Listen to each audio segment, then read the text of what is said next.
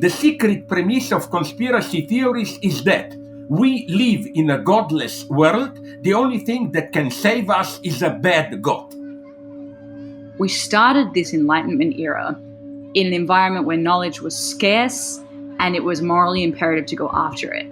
And now we live in an era where knowledge is utterly drenching us from all corners. Welcome to The In-Between, an audio project by the Festival of Dangerous Ideas, presented by the Ethics Centre. I'm Festival Director Danielle Harvey. This podcast was produced on Gadigal land. We pay respects to the elders past and present and extend that respect to all First Nations people listening. Doubt, reason and the pursuit of knowledge have defined how we evolved through the period known as the Age of Enlightenment. But in today's world, how can we make sense of conspiracy theories, tribalism and deepening divisions between our beliefs? Today we sit between two great minds to understand the history of thought that led us to this point. What will it mean if the Age of Enlightenment comes to an end? What lessons can we take from our past into an uncertain future? Slavoj Žižek is a public intellectual who has published over 50 books on topics ranging from philosophy to theology, film, opera and politics. He is a professor of philosophy at the European Graduate School and a senior researcher at the Institute of Sociology and Philosophy at the University of Ljubljana. Eleanor Gordon-Smith is a writer, broadcaster and ethicist currently based at Princeton University, where she is a graduate fellow of the University Centre for Human Values. She spent much of her career exploring belief and reason, and her book, Stop Being Reasonable, explores how we might change the minds of others in an increasingly divided world. This conversation was recorded in November 2021 and is moderated by FODI co-curator and director of the Ethics Centre, Simon Longstaff. Mine was no freedom for enemy of freedom. What will be your test motto? I like the Douglas Adams quote that no one capable of making himself president should on any account be allowed to do the job. Absolutely. Yeah. It is, they're good. Okay, losing time. Okay, no. Will you, the boss, make an introduction? Okay. First of all, Eleanor, can you just tell us a little bit about where you actually are at the moment? Because normally we'd be having one of these meetings face-to-face, but with the effects of COVID, we're spread around the world. So can you describe something about your environment and more particularly how you came to be where you are in your career in philosophy at the moment? Yeah, of course. I'm in New Jersey in the United States of America right now. I'm in Princeton, which is where I'm doing my PhD. It's just started to get really cold here. So from my apartment window, I can see a lake which has just started to freeze over, which is going to get very treacherous and romantic in the near future. And I'm here because when I first started thinking about what I wanted to do with life, I found that every path that I considered, whether it was being a journalist or being a politician or this career or that career, I found that I just kept returning to the same foundational questions. And eventually I thought, well, I might as well make a career out of asking them if I'm going to be asking them anyway. And Slavoj, you're in Slovenia, I think. Can you describe a little bit about where you are? I'm in the apartment where I have some books. As you can see behind me, I'm in Ljubljana, capital of Slovenia. And maybe what's of more interest to our listeners is that Slovenia, which is now near the top of all the countries in the world with regard to per capita infections, Slovenia is really, as our beloved, bad joke, ex-President Trump said, a shithole of a country. We kind of combine the worst possible. Why? We have a strong anti-COVID explosion, which is linked in a horrible way to the violence, which is justified, not violence, but demonstrations and so on, against a right-wing nationalist government, which is really right-wing. I even like to use the term that this is the new axis of evil. Poland, Hungary, Slovenia. But the tragedy is now that these two oppositions struggle against protective anti-pandemic measures and struggle against the government this is terrible mistake. They got combined into one large protest movement. What should happen, or happens as a rule, more as a right-wing protest, like right-wing libertarian protest. Here, left presence is also very strong in it. So we have leftist conspiracy theories, and the situation is very sad. We are more than the world in general approaching kind of collective madness. And here I would like to connect, she can directly reply to me, with Eleanor. Her work is also focused on this: how do we make decision, how do we decide that we know something, knowledge, belief, and so on and so on. I think that the COVID pandemic confronted us, even in our daily lives, forcefully with this basic question, apropos conspiracy theories and so on. How do we decide that we know something? How do we decide to ignore something? I'm not saying that we were ever really rational. We were never deciding for pure rational reasons, but all that was just like slowly growing beneath the surface is now coming open. I cannot even imagine 5 or 10 years ago such open, what appears to me at least, irrationalities as we see them now.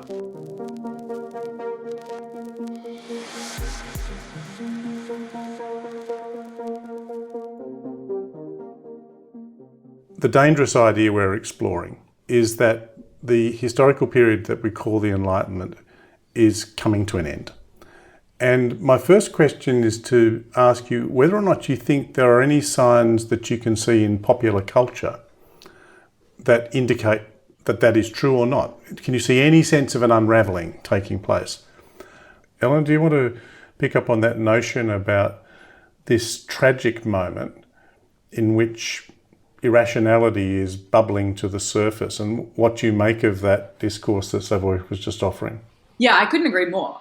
This is a moment in which not just rationality is being challenged, but the very models of rationality are being challenged. So the kind of presiding and prevailing ethics of belief and background questions about when we should believe something and under what circumstances we consider ourselves entitled to know something. Simon, you ask about whether the Enlightenment era is coming to an end. I think one really important dimension of that question is, what would it mean to say that the Enlightenment era is coming to an end? And one gloss on that question is, are the current models that we have and that we inherited from the Enlightenment of what a belief is, when it's rational and when it's entitled to count as knowledge, are those models adequate right now for the crisis that's confronting us? In spite of all these doubts and so on, and so-called irrationalities, the reason I still consider myself a partisan of Enlightenment is that from the very beginning, the way I see it, Enlightenment was not just rationality, clear reasoning, but at the same time a kind of reflexive movement of self-doubt of, do we really come at our conviction with reasons? For example, you find this in Immanuel Kant. In his Anthropology, he wrote a lot about how important are these daily rituals of we follow unwritten rules, we pretend something although we know we don't mean it seriously. The truth is in the form. And this is so important today because that's what I found dangerous in today's conspiracy theorists. They don't believe. Authentic belief is never dogmatic. Belief means you precisely don't know. What I find so horrible about conspiracy theorists is that it's not belief. They act as if they know. They begin in a very non-dogmatic way. Don't believe, don't take too seriously official science, doubt it, and so on and so on.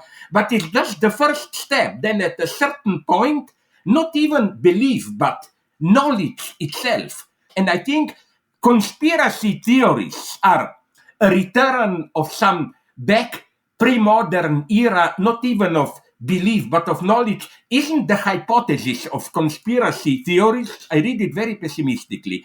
Today we live in this crazy plural universe. Everybody has his knowledge. We are divided into tribes and so on. There is no big other in the Lacanian sense of shared ethical substance or divinity to which we can all refer. So for me, the secret premise of conspiracy theories is that we live in a godless world. The only thing that can save us is a bad God. Because the assurance that you get from conspiracy theories is there is a God. It may be a God who pulls the strings and so on, but as Robespierre said, we are not lost in a storm on the sea. There is some force which pulls the strings. True enlightenment, for me, is ready to drop this. We are on an open sea. We don't have a compass. Eleanor, you're in the land of conspiracy theories, I think, in the United States. They seem to abound there. What do you make of this? Yeah, I love this idea that belief is precisely that you don't know. So I think one of the open questions that confronts us, the descendants of the Enlightenment, in opposition to the conspiracy theorists that Slavoj was just talking about, is, look, having been sold on the moral and political virtue of pursuing inquiry, how do we know when to stop inquiry? Because that's an equally important question. How do we know when enough inquiry has been enough and enough evidence has been enough and we can kind of consider a question answered? So I think there are many, many circumstances in which we decline to avail ourselves of certain beliefs or certain candidate truths because we're being very Cartesianly responsible and we're declining to encounter the possibility of doubt. And meanwhile, while those of us who are sort of warriors for the Enlightenment are being very epistemically polite and trying to only believe those things that we're allowed to and so on, the conspiracy theorists, meanwhile, consider themselves availed of knowledge, which then they deploy in a very different way. And so I think one significant hazard of the Enlightenment and for its descendants is the possibility that in the search for truth and in the quest to conduct responsible inquiry, we in fact wind up, because of the presence of doubt, making sure that we will never be able to consider that inquiry closed. I think a lot about William James, the American psychologist and the brother of Henry James, who was a totally fantastic and fascinating figure, and in many ways like the father of American psychology. And he had this really interesting idea that one way you can be justified in holding a particular belief is if it's true, and like, bully for you, great, you've got a great belief there. But another way that you can be justified in holding a particular belief, and this is true for like a very restricted set of beliefs, is that believing it would make it true. There's a sort of self-fulfilling, self-reinforcing character. So for instance, all the sailors on the ship need to all believe that when they say heave, the others will, such that by each of them individually believing that they have this power, collectively they make it the case that they do.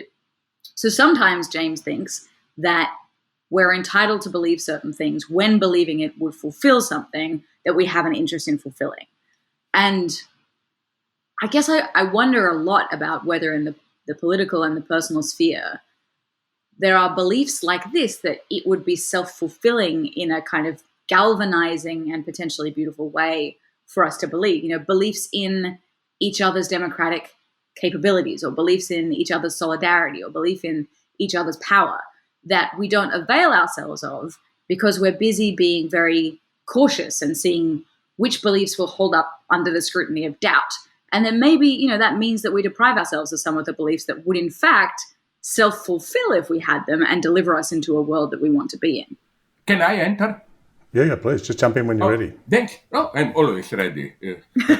No, I want to say that I'm deeply impressed by what Eleanor just said, because I think that one thing is this total skeptical doubt, self-destruction of reason, and so on and so on. But the best philosophical tradition does something else. The goal is not to destroy beliefs, but to make them obvious. That was why I like Eleanor's work, where she raises this question, this self-fulfilling prophecy, and so on. Yes, I think that Hegel himself uses, in this sense, even very materialist one, the notion of spirit. Hegel says literally in his phenomenology that spirit is not some deeper substance which pulls the strings. Spirit is something that is alive only insofar as there are believers who take it seriously. So Hegel is very clear here. He said the only thing that in Wirklichkeit actually exists are individuals who are interacting.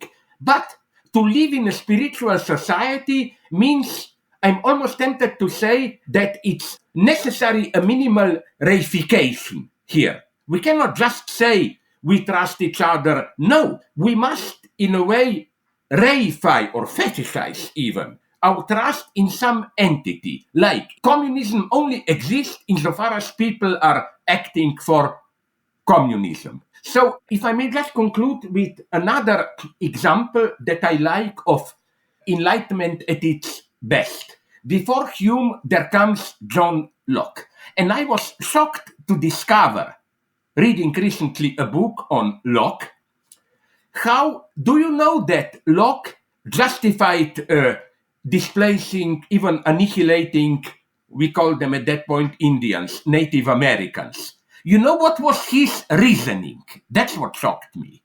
Locke's presupposition was that if you have nice fertile land, only those who really productively work on the land should own it. But then he said, but look, Indians are just hunting for buffaloes there. They are not really using the earth productively. So, we have the right to displace them and so on and so on. So, this is what interests me, how even the best idea can have dark consequences. And Eleanor, I hope you will agree with me here. Search for a point of catastrophe, like Marx was good, with Lenin things go bad. Or Lenin was still good, but Stalin is bad. So if only that's their dream. Lenin were to survive for 3-4 years, made a pact with Trotsky, we wouldn't have Stalinism and so on. No, we should just be aware how interventions, changing society, changing nature even today. It's a highly risky activity. And as a rule, it first fails, we have to do it again and again, and so on and so on.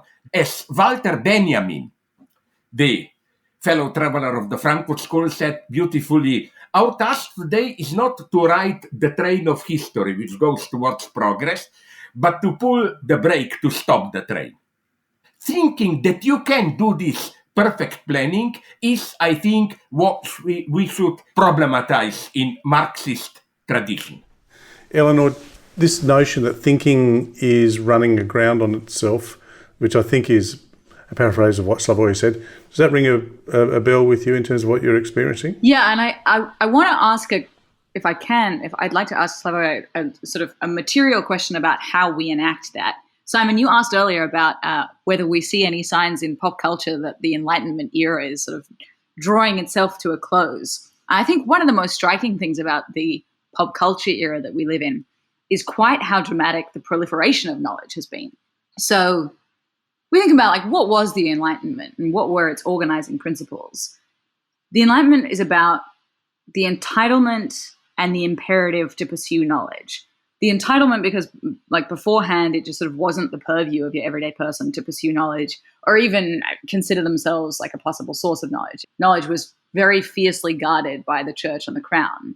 Once we had the idea that we could have knowledge, a lot of these Enlightenment figures we're talking about thought that you had a very serious ethical duty to seize it. So there's this very mobilizing, animating idea that we have a very serious duty, not just an epistemic duty, but a moral or a virtuous one, to go after knowledge. So it's kind of tragic in a sort of Greek tragic way that now, 400 years later, when I look at pop culture, I feel this very specific fatigue from being utterly gorged on knowledge. I know what Ariana Grande had for breakfast. I know who Kim Kardashian is dating. I know the oil prices absolutely 100% of the time. I know what strangers think of me. I know what I look like. I know what you look like. I know what everyone's had for breakfast. It's just an astonishing proliferation of knowledge. And I think that's kind of definitive of the moment that we're in. I think about my time here in the US towards the end of the Trump administration. And it was like there was an inflation on knowledge. Like journalists were walking down the street with wheelbarrows full of news and they couldn't give it away. Like every day there were stories of something so improbable and so implausible. Like, do you remember there was a guy named Joe Pizza who told the president that hydroxychloroquine was going to cure COVID? That was like a big news story for a brief heartbeat. And no one remembers it anymore because there's so much available knowledge. It all just kind of becomes a wash. An interesting inversion that we're living through in pop culture now is that we started this era, this Enlightenment era, in an environment where knowledge was scarce and it was morally imperative to go after it. And now we live in an era where knowledge is utterly drenching us from all corners, so much so that its value, I think, has been subject to a kind of inflation. So the question then is, how do you restore the emancipatory potential of knowledge that the Enlightenment founders saw? How do you get back the kind of bravery, the self-development, the political resistance, the independence in the act of knowing in this particular moment? So I suppose the question to Slavoj about Walter Benjamin and pulling the handbrake is there a way to restore the bravery and the value of knowledge in an environment where it's so cheap and so readily available? I'm like the doll which always has an answer. So I think I have at least a general direction of a possible answer. To emphasize another thing, which was developed then by Freud, other psychoanalysts, this logic of, in French you say, je sais bien, mais quand même. I know very well, but how even if you know something, you act as if you don't know it. My favorite story is here, the one about Niels Bohr, who had a horseshoe at the entrance of his country house. A scientist friend visited him and asked, my God, you are a scientist, you don't have superstitions. Why do you have a horseshoe there? Because in Europe, at least, horseshoe means a magic item preventing evil spirits to enter the house. And Niels Bohr, who was an authentic genius, Niels Bohr's answer was a perfect one. He said, I'm a scientist. Of course, I don't believe in it. But I have it because I was told that it works even if you don't believe in it. And I think that this is more and more today our attitude. We are cynical, we don't believe, we know it's not true, but nonetheless we act upon it. On the other hand, the opposite thing, don't also fetishize belief. For example, I spoke recently in Korea with a defector from the north, and I asked him the typical naive European Enlightenment question. When you read in your media, he confirmed this to me, that the craziest thing, that when Kim Il-sung, the founding father, died, even birds descended from the sky and cried on his grave. Or that Korean leaders, Kim Jong-il now and Kim Il-sung, are so clear that they don't defecate, and so on. And he told me, of course, it's not true.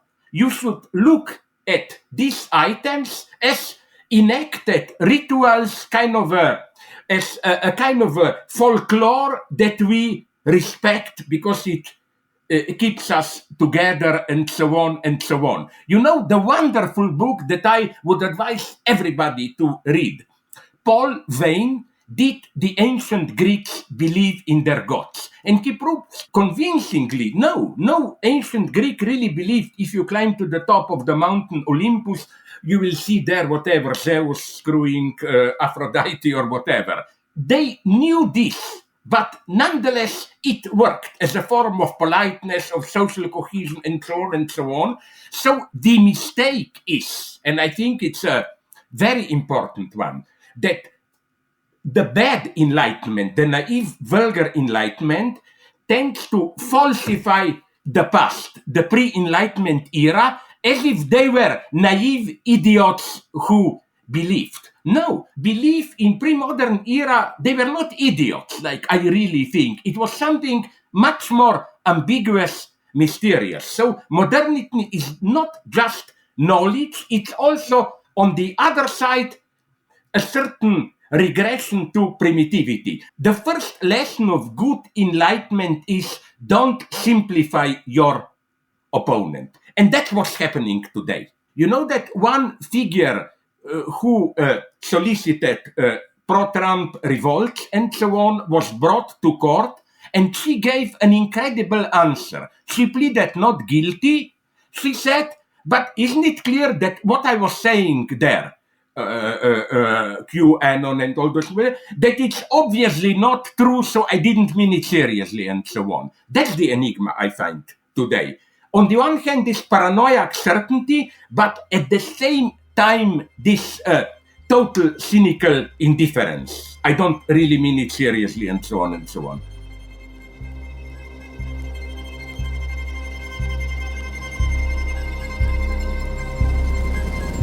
We began, Slavoj, with your very eloquent expression of what's going on in Slovenia and what you talked about, not just there, of course, about this burgeoning irrationality and conspiracy theories. And Eleanor, I think you affirmed you sense something the same where you're living in the United States. And I think it may be a more general phenomenon. And I'm still wondering, do we think that the Enlightenment ideal is unravelling?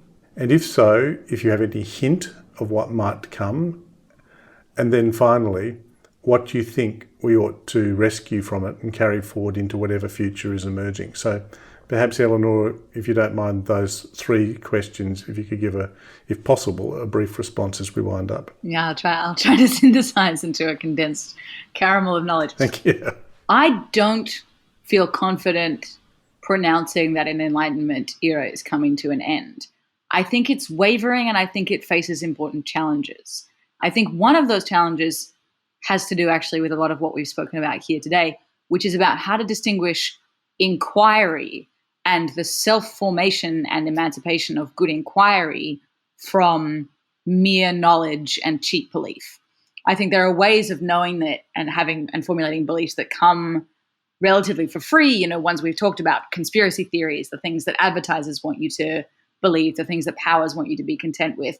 And these are basically forms of believing what you're told or believing what's in front of you, perceptually speaking. And these are fine, I think, as far as they go, but they're not where the ideal of the Enlightenment lies. The ideal of the Enlightenment and the promise of the Enlightenment was always in inquiry as an active verb, as like an activity rather than as a passivity. And that is an activity that we're not used to. Kant said in what is Enlightenment that we are at first going to be incapable of using our own understanding because we've never been permitted to try it. And I think that's kind of the spirit of what, in a very modern and fragmented way we're living through right now, is quite how unsteady on our feet many of us feel when it comes time to actually inquire for ourselves in that sort of richer way. So I think one hazard that we face in this era now is that the proliferation of knowledge all around us makes it the case that we are less likely to realize that we're ignorant in that sort of second, richer way. Sometimes you have to get really uncomfortable in order to want to change. And the risk with the environment that we're in right now and the sort of information saturation and the perspective saturation is that we never feel the level of discomfort. We never feel the amount of ignorance that would drive us to correct it. It obscures the feeling of ignorance that would be a motivation or a drive to that sort of true, independent Enlightenment spirit form of inquiry. So I don't feel like the Enlightenment era is drawing to a close, but I do think that it's a critical and pressing question how we, in the current kind of modes of production that we live in the sort of media environment that we live in, can reclaim some of that richer sense of inquiry rather than just being buffeted between kinds of knowledge and belief. Slavoj? I'm in very sad predicament now because at the end I wanted somehow to stab you in the back, Eleanor, but I agree with you. It's fiasco. Why? Let me go step by step. It's very important what you said. Where I disagree with naive Enlightenment is that we have a desire for knowledge. Knowledge brings joy. No, true knowledge hurts. Mm-hmm. Basically, we don't want to know too much. And it's very sad how some of today's even Enlightenment philosophers, although they don't say it, follow this old Catholic line with regard, for example, to biogenetic, how our brain works. Basically, if we get to know too much about it, we will objectivize ourselves, we will lose our personal dignity. So, to retain our freedom, it's better not to know too much. No, for me, true knowledge hurts. That's why, precisely, I cannot fully support today's official pro-Enlightenment guys like Steven Pinker, so-called rational optimists. They somehow miss this painful moment. Just to close, Enlightenment, again, I hate myself, but I agree with you, Eleanor. It's an open moment. We are in the middle of the fight. We are not at the end of the story. We cannot afford ourselves this retroactive view in the sense of, oh, who cares? What is done is already done. No, we are in the middle of the struggle. Just think how the pandemic changed our everyday experience. It's clear that, and here I respect, don't agree with them, some people who protest COVID, lockdown and so on measures, because they see the notion that they have of what constitutes a free human being threatened by these measures. Is it true or not? How to redefine our freedom and so on and so on. We live in an era where it's not simply Marx Thesis 11. Philosophers have only interpreted the world, we have to change it. My provocation of my Marxist friends is that maybe to begin today with real work, we should turn around Thesis 11. Maybe in the 20th century, we tried to change the world too quickly without really adequately interpreting it. And my motto would have been 20th century leftists were just trying to change the world. The time is also to interpret it differently. That's the challenge. Well, look, that's a really, really interesting conversation. Can I thank both of you for that and for this notion of being in the midst of the struggle at the moment. That's something which I think it's a really interesting way to articulate what I think a lot of people seem to be feeling. Thank you so much. This has been an absolute honor. It's been a real pleasure. It was really a pleasure for me because I admire how you try to connect thinking with these simple doubts about everything. Thank you to Slavoj Žižek, Eleanor Gordon-Smith and Simon Longstaff. Accompanying this episode is a short response in sound, featuring a computer in the future attempting to record the experience of watching a dancer. In our next conversation, we sit between Joanna Burke and Toby Walsh for a conversation about pain, killer robots, and what it means to be human. The In-Between is an audio project by the Festival of Dangerous Ideas.